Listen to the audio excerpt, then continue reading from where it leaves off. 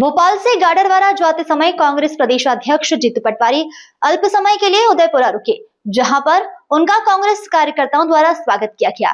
वहीं प्रेस वार्ता में जीतू पटवारी ने देश के प्रधानमंत्री नरेंद्र मोदी और मुख्यमंत्री मोहन यादव को आड़े हाथों लिया। भारतीय जनता पार्टी नरेंद्र मोदी जी ने जिस तरीके से देश के हालात कर दिए हैं, वो चाहे विदेश नीति के संदर्भ में हो, चाहे देश की आंतरिक व्यवस्था के संदर्भ में हो, देश का आम आदमी बहुत पीड़ित और दुखी है। आप देखो कि जब पाकिस्तान से हमारा युद्ध हुआ तो दुनिया का एक भी देश भारत के साथ खड़ा नहीं हुआ। पाकिस्तान परंपरागत हमारा दुश्मन है, पर उसके साथ नेपाल हुआ, बांग्लादेश हुआ, चाइना हुआ, अड़ोस पड़ोस के जितने देश हैं, एक भी भारत के साथ उस समय स्पष्ट रूप से खड़ा नहीं मिला। ये मैसेज है कि नरेंद्र मोदी जी को जिस तरीके से चाइना से भूमि की कब्जे को लेकर बातें हुई, बाद में स्पष्टता सामने आई, तो इनकी विदेश नीति टोटल फेल हुई। जब ट्रंप धमका रहे थे, बार बार धमका रहे थे पाकिस्तान युद्ध के दौरान, तो ये नरेंद्र मोदी को नहीं धमका रहे थे, वो भारत के प्रधानमंत्री को धमका रहे थे। और ये भारत के प्रधानमंत्री का अपमान नहीं हुआ, ये देश का अपमान हुआ। तो हर भारत के नागरिक को इसका दुख है। अभी जो ईरान युद्ध चल रहा है, इसका असर भारत की व्यवस्था पर, आंतरिक व्यवस्था पर कितना पड़ेगा, इसका आकलन सरकार ने नहीं किया। अभी 1500 रुपये के आसपास गैस सिलेंडर बड़े शहरों में ब्लैक में मिलने लग गया है। ये 60 रुपये की वृद्धि, पेट्रोल क्रूड ऑयल लगातार वृद्धि नेचुरल है, स्वाभाविक है कि सरकार हाथ ऊंचे करेगी और उसका असर फिर जनता पे आएगा। अभी ट्रेड डील हुई, उसका असर किसानों पे आया। हमारे धान के किसान हो, मक्का के किसान हो, सोयाबीन के किसान हो, कपास के किसान हो, जो रेट थे 40% तक गिरे हैं। आप चेक करो इस बात को।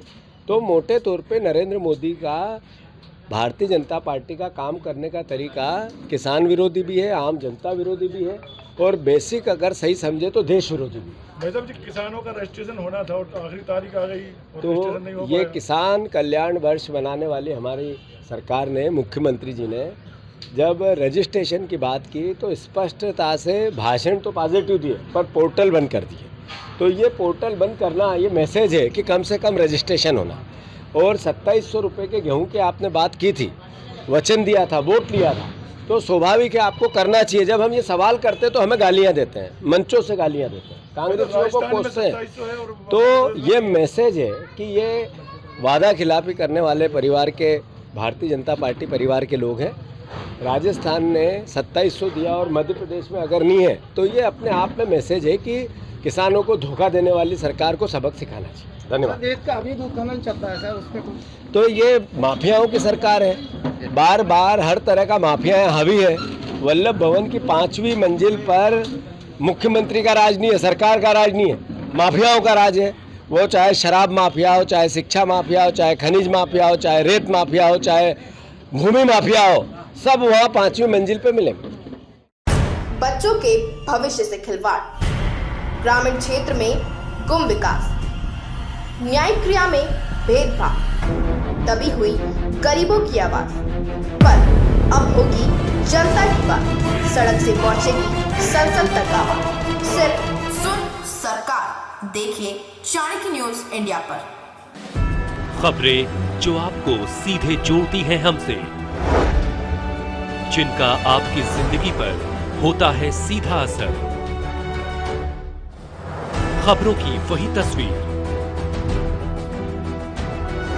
बिना बदले बिना डरे, जज्बा सच का लिए, सच दिखाते हैं। चाणक्य न्यूज इंडिया, हम हैं हिंदुस्तानी। कटेंगे तो कटेंगे। आज देश इनसे कह रहा है, तुमसे नहीं हो पाएगा। Can you understand the ignorance? We are not looking for your admiration. आपको अपना काम करना पड़ेगा। राजनीति देखिए चाणक्य न्यूज इंडिया के साथ।